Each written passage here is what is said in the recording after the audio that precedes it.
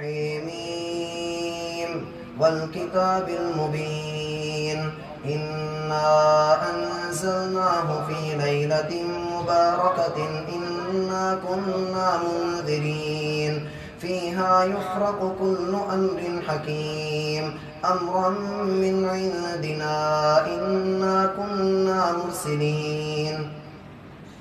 رحمة من ربك إنه هو السميع العليم رب السماوات والأرض وما بينهما إن كنتم موقنين لا إله إلا هو يحيي ويميت ربكم ورب آبائكم الأولين بل هم في شك يلعبون فارتقب يوم تأتي السماء بدخان مبين يغشى الناس هذا عذاب أليم ربنا اكشف عنا العذاب إنا مؤمنون أني لهم الذكر وقد جاءهم رسول مبين ثم تولوا عنه وقالوا معلم مجنون إنا كاشف العذاب قليلا إنكم عائدون يوم نبطش البطشة الكبرى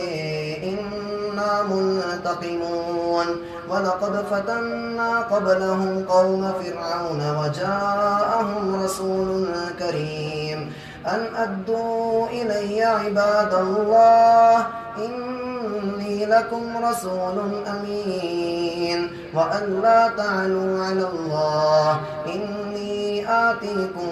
بسلطان مبين وإني عدت بربي وربكم أن ترجعون وإن لم تؤمنوا لي فاعتزلون فدعا ربه أن هؤلاء قوم مجرمون فأسر بعبادي ليلا إنكم متبعون واترك البحر رهوا إنهم جند مغرقون كم تركوا من جنات وعيون وكنوز ومقام كريم ونعمة كانوا فيها فاكهين كذلك وأورثناها قوما آخرين فما بكت عليهم السماء والأرض وما كانوا منظرين ولقد نجينا بني إسرائيل من العذاب المهين من فرعون إنه كان عاليا من المسرفين ولقد اخترناهم على علم على العالمين وآتيناهم من الآيات ما فيه بلاء مبين إن هؤلاء ليقولون إن هي إلا موتتنا الأولى وما نحن بمنشرين فأتوا بآبائكم إن كنتم صادقين أهم خير أم قوم تبع والذين من قبلهم أهلكناهم إنهم كانوا مجرمين وما خلقنا السماوات والأرض وما بينهما لاعبين ما خلقناهما إلا بالحق ولكن أكثرهم لا يعلمون إن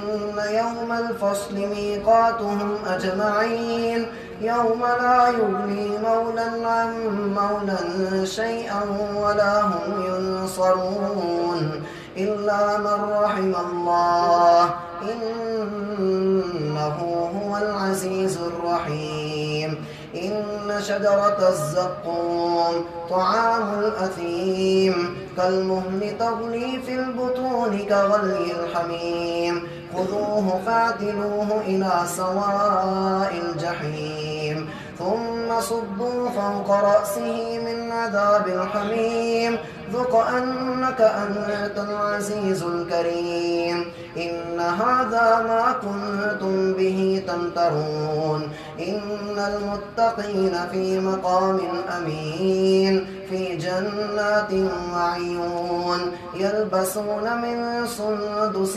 وإستبرق متقابلين كذلك وزوجناهم بحور عين كذلك وزوجناهم بحور عين يدعون فيها بكل فاكهة آمنين لا يذوقون فيها الموت إلا الموتة الأولى